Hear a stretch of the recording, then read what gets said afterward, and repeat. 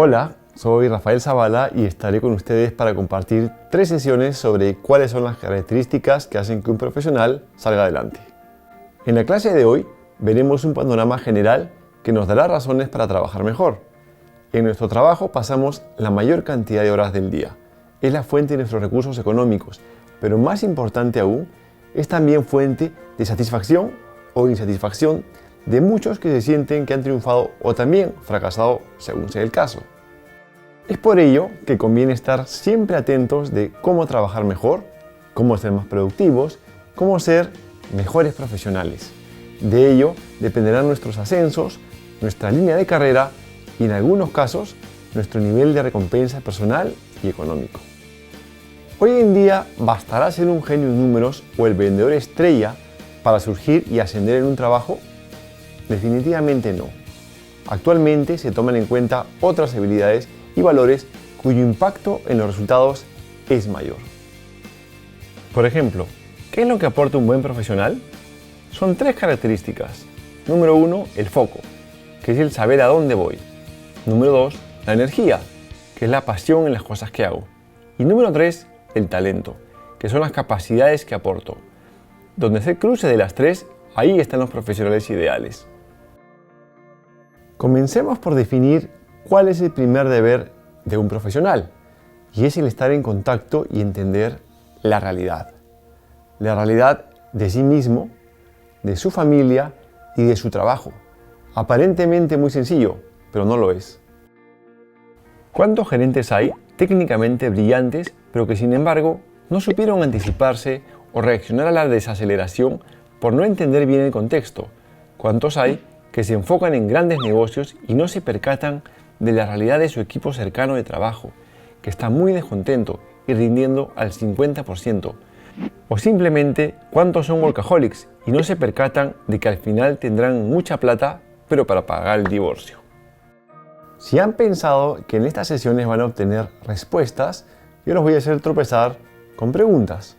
Decía Peter Drucker, el padre del management, que el error más común en los ejecutivos es contestar las respuestas en lugar de hacerse las preguntas correctas. Por ejemplo, quisiera comenzar preguntándoles, ¿para qué quieren trabajar? Y probablemente me digan, para comer. ¿Y para qué quieren comer? Para vivir. Y llegamos a la pregunta del millón, ¿para qué quieren vivir? He tenido la suerte de preguntarle a muchísima gente y la respuesta que más me dan es, para ser feliz. Pues bien, si vivimos para ser felices y en el trabajo pasamos la mayor cantidad de horas, podríamos cuestionarnos también cómo podemos ser felices en el trabajo. Y esto está directamente relacionado al curso, ya que en la medida que interiorice los conceptos de cómo ser un mejor profesional, podré servir mejor a mis jefes, subordinados, padres, pero sobre todo a mi familia, ya que uno trabaja finalmente por ellos. ¿Cómo empezar a desarrollar las variables que me ayuden a ser un mejor profesional? Jack Welch, nombrado el mejor gerente del siglo XX, comenta en su reciente libro The Real MBA Life que la vida laboral la tienes que enfocar en 3 aspectos: conocer el juego, conocer el equipo y conocerte a ti mismo. Conocer el juego significa conocer el modelo de negocio en el que estás a detalle. ¿Quién es la competencia? ¿Cómo está el sector? ¿Cuáles son las tendencias? Conocer tus funciones al detalle y ser lo suficientemente riguroso para hacerlas muy bien a la primera. Conocerte a ti mismo, el más difícil de los conocimientos, significa saber para qué eres bueno, cuáles son tus debilidades y qué necesitas para mejorarlas. Conocer al equipo significa conocer a tu gente, preocuparte por ellos. Se habla mucho del coaching, pues para mí la mejor definición de coaching que he escuchado es preocuparte por los demás y saber aconsejar. Para ello, debes primero conocerlos, luego motivarlos y luego exigirles. ¿Qué se exige en los profesionales hoy en día? Que el profesional tenga destrezas, competencias y valores. Santiago Álvarez de Mon, del IS, recomienda contratar gente que tenga una mente analítica, lógica, racional, rigurosa, que no se limite a tratar los síntomas, sino que rastrea sus causas y fundamentos. Una mente creativa y visionaria, que en plena tormenta divisa claros y oportunidades que otros ni sospechan. Optimistas, sí claro, pero permanentemente pegados a la realidad, entendiéndola, evaluando bien los riesgos y definiendo acciones para neutralizarlos, sabiendo que a veces las cosas no salen bien y hay que enmendar el camino. Cuídense mucho de optimistas falsos, que en su fuga de la realidad se acercan peligrosamente al precipicio. Mucho cuidado también con los pesimistas. Son contagiosos y siempre tienen una razón, ya que anticipan un resultado mediocre que terminan alcanzando.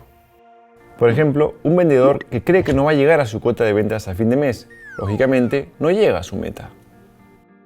En cuanto a las destrezas necesarias, pues dependerán del área en la que cada uno esté, ya que están referidas al conocimiento de las funciones. Por ejemplo, si soy financiero, tendré que conocer al detalle los estados financieros, cómo armar un flujo de caja, cómo manejar un superávit y un déficit de fondos, cómo endeudarme con una buena tasa, en fin. No quisiera entrar en mayor detalle porque de esto se encargan muy bien las universidades y para eso estudiamos muchos años. Necesitamos profesionales muy astutos para entender el dolor del cliente, sus necesidades reales, ágiles, capaces de cambiar de opinión y adaptarse a los cambios rápidamente. Es mejor ser humilde y contradecirse que estrellarse por iluminado. Personas que se esfuercen, que se comprometan realmente, all in, que saben que solo ganan cuando se dan enteras. Eso lo iremos viendo en las siguientes sesiones. En la próxima sesión entraremos al detalle de las otras dos variables que son críticas para trabajar mejor: las competencias o habilidades de las personas y sus valores.